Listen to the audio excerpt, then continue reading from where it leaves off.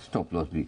MSCI index में होने जा रहे हैं बदलाव, और ये बदलाव होंगे कल बाजार बंद होने के बाद से, यानी कि मंथली एक्सपायरी के ठीक बाद।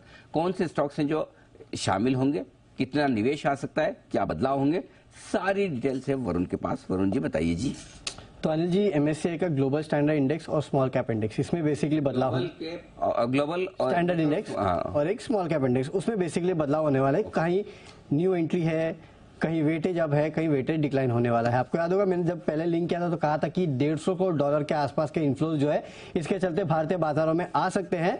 कुछ रिपोर्ट्स अभी मैं पढ़ रहा था जो कि कह रहे थे कि काफी कुछ इन्फ्लोज जो है भारत में आ चुके हैं और कुछ इन्फ्लोज जो है वो कल की क्लोजिंग के बाद आ सकते हैं। तो MSCI स्टैंडर्ड इंडेक्स में 9 शेयर है जो शामिल हो रहे हैं, किसी को भी बाहर नहीं निकाला जा रहा है।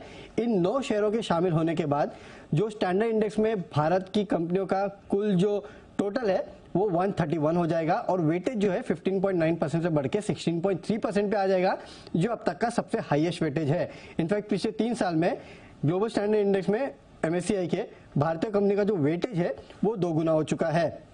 जिन कंपनियों को ऐड किया जा रहा है उसमें इंडसइंड बैंक, सुज़लॉन, परसिस्टेंट जैसे काउंटर शामिल है और इस एडिशन के चलते 2000 से 3000 करोड़ रुपए के आसपास के इन्फ्लोज जो है इनमें आ सकते हैं, ये माना जा रहा था। इसके अलावा APL Apollo tubes, Polycab, Tata Motors VVR, Macrotech, Paytm, Tata communication को ऐड किया जा रहा है, जिसके वजह से करीब 1300 से 1900 करोड़ रुपए के आसपास के इन्फ्लोज का अनुमान था।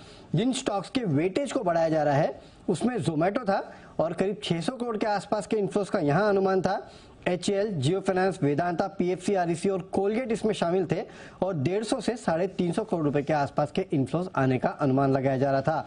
कुछ स्टॉक्स ऐसे हैं जिनके वेटेज को रिड्यूस किया जा रहा था, उसमें दिग्गज रिलायंस, ICICI, इन्फोसिस था और यहाँ पे 1000 से 1600 करोड़ रुपए के आसपास के आउटफ्लोज का अनुमान लगाया जा रहा था। MSCI स्मॉल कैप इंडेक्स जो है उसमें 42 स्टॉक्स है जिनको ऐड किया गया है और 19 स्टॉक्स है जिनको बाहर निकाला गया है। तो काफी इन्फ्लो आने का अनुमान लगाया जा रहा था, $150 करोड़ के आसपास का। काफी कुछ आ चुका है, कुछ आपको कल भी देखने मिल सकता है क्योंकि जो एडजस्टमेंट्स है कल के क्लोजिंग के बाद